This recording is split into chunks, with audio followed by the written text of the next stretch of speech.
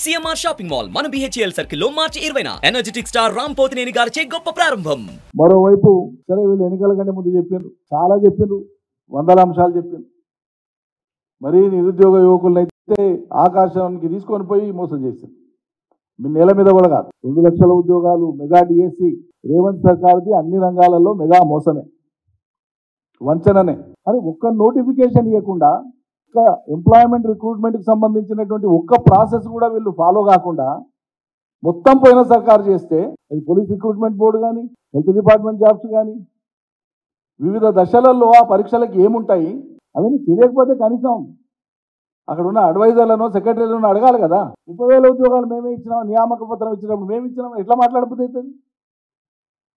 ఆ అన్ని ఉద్యోగాలకు సంబంధించినటువంటి నోటిఫికేషన్లు కానీ, పరీక్షలు కానీ, టోటల్ ప్రాసెస్ కానీ, ఫిజికల్ ఎగ్జామినేషన్ కానీ, రిటర్న్ ఎగ్జామినేషన్ కానీ, సర్టిఫికేట్స్ వెరిఫికేషన్ కానీ, దానికి సంబంధించిన కీ కానీ, రిజల్ట్స్ కానీ అన్నీ చేసింది మనమే. డేట్ల వారీగా ఉన్నాయి. మీకు వాళ్ళు చదివి వినిపించమంటే మొత్తం చదివి వినిపిస్తాను, డేట్ల వారీగా అన్నీ. ఇన్ని రికార్డులో ఉండగా ప్రభుత్వం అది కూడా ఏంది ప్రొసీజర్, ఇది రిక్రూట్మెంట్ ప్రొసీజర్.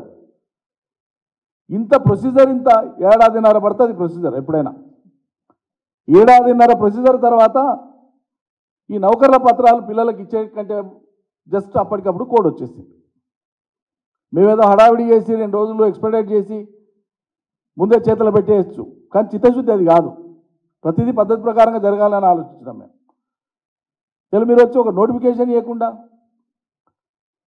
మేము ఇచ్చిన ఉద్యోగాలను మాట్లాడితే ఇది జుగుప్స అనిపిస్తుంది. మంది బిడ్డ బుడ్డని మా బిడ్డ అని చెప్పుకుంటే గలీజ్ అనిపిస్తుంది. చెప్పేటప్పుడు చెప్పాలి, ఈ ప్రక్రియ అంతా పోయిన సర్కారులో అయింది ఇక్కడ దాకా, ఇది మేము చేస్తున్నాం ఇవాళ చెప్పండి.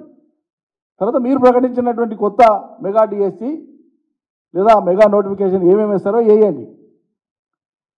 అలా అప్పుడు డిఎస్సి అప్పుడు ఇప్పుడు వాళ్ళు ఎన్ని ప్రకటించిందండి? 11,000 పైసలకు ఉద్యోగాలు ప్రకటించింది. ఇప్పుడు ప్రకటిస్తున్నాయి 11,000 ఉద్యోగాలు డిఎస్సికి సంబంధించి 11,000 పైసలకు. కానీ ఇదే చీఫ్ మినిస్టరు పిసిసి ప్రెసిడెంట్గా ఉన్నప్పుడు ఆ రోజు మేము డిఎస్సికి సంబంధించినటువంటి పోస్టుల విషయాలు మాట్లాడేటప్పుడు 24,000 ఉద్యోగాలను భర్తీ చేయాల్సిందని చెప్పి మాట్లాడు. 21,000 పైచీలకు ఉద్యోగాలు. మేము అప్పుడు ఏం చేసినాం, 31 ఆగస్ట్ 2023లో డిఎస్సి ప్రకటించి 5,000కు ప్రకటించినాం. మేము దశల వారీగా ప్రకటిద్దామని, హడావిడి ఏదో చేయడం కాదు, దశల వారీగా పద్ధతి ప్రకారం చేద్దామని. అట్లెట్లా 5,000 ప్రకటిస్తారు? 21,000 ఖాళీలు ఉన్నాయి, 21,000 ప్రకటించాల్సిందని మాట్లాడి ఇవాళ ముఖ్యమంత్రి, ఆయన కాంగ్రెస్ పార్టీ అధ్యక్షుడిగా. మళ్ళీ ఇవాళ నువ్వు 11,062కే ఎందుకు ప్రకటించినావు? ఆ 21,000 ఎందుకు ప్రకటించలేదు? ఆ 21,000కి ఎందుకు ఇవ్వట్లేదు నోటిఫికేషన్? మాట మీద నిలబెట్టేవాళ్ళ మీరు? ఎవరిని మోసం చేస్తున్నారు? ఈ చదువుకునే పిల్లలకు బైకులు ఎంట్రీ, ఎలక్ట్రానిక్ బైకులు ఎంట్రీ, నిరుద్యోగులకు పింఛన్ ఎంట్రీ, సరిగా అబ్బా చెప్తేనంటే చాతాడంతున్నాయి మొత్తం. ఇప్పుడు మళ్ళా ఎంపీ ఎన్నికలు వస్తున్నాయి కాబట్టి గ్రూప్ 2, గ్రూప్ 3, డిఏఓ, హెచ్డబ్ల్యూఓ వీటన్నిటికీ ప్రాసెస్ చేసింది మేము, మొత్తం ప్రాసెస్ చేసింది మేము. ఇప్పుడు ఓన్లీ డేట్లు ప్రకటిస్తున్నారు. పార్లమెంట్ ఎన్నికలలో యువతను మళ్ళీ ఒకసారి వాళ్ళ వైపుకు తిప్పుకోవడం కోసం గ్రూప్ 2, గ్రూప్ 3, డిఏఓ, హెచ్డబ్ల్యూఓ పోస్టులకు మా ప్రభుత్వంలోనే శ్రీకారం చుట్టినాం ప్రాసెస్కి. ఇప్పుడు ఓన్లీ డేట్లు మాత్రమే ఈ సర్కారు ప్రకటించింది, ఓన్లీ డేట్లు.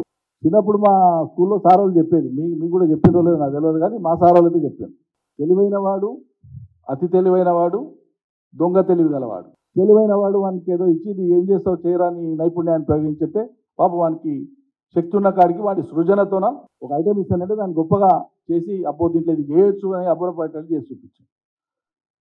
అతి తెలివైనటువంటి వాడు ఎక్స్ట్రాడినరీ, వాడు ఇంకా అద్భుతం చేసి చూపించాడు. 3వ వానికి ఇస్తే దాని మీద వాడు పేరు రాసుకున్నాడు, నేనే చేసిన. ఇగో ఈ సర్కార్ది అట్లుంది. సుమన్ టీవీలో మీ పర్సనల్ అండ్ బిజినెస్ ప్రమోషన్స్ కోసం కింది నెంబర్కి కాంటాక్ట్ చేయండి.